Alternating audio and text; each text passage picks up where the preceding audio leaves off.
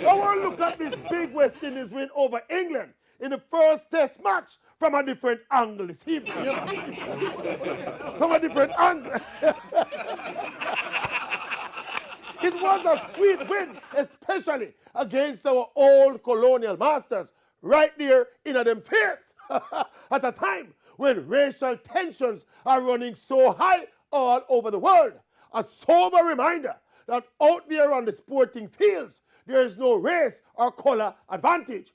When cricket ball a bowl and shot a play and runs a score, the color of one's skin cannot help or hinder.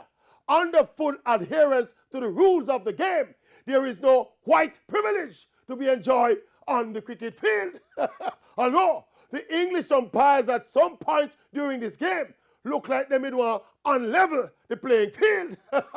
But so emphatic was the West Indies win that it never mattered. And one wonders how much the emotions of the time helped to inspire and propel this predominantly black West Indies team to this new level of focus and execution. And even closer to them were those emotional utterances by former West Indies great Michael Holding, who was right there at the grounds. How much did Holding's words light and fire under the Caribbean team? I mean, under normal circumstances, any West Indies win is sweet, but this one over England is even sweeter. Everybody angle. Everybody's angle.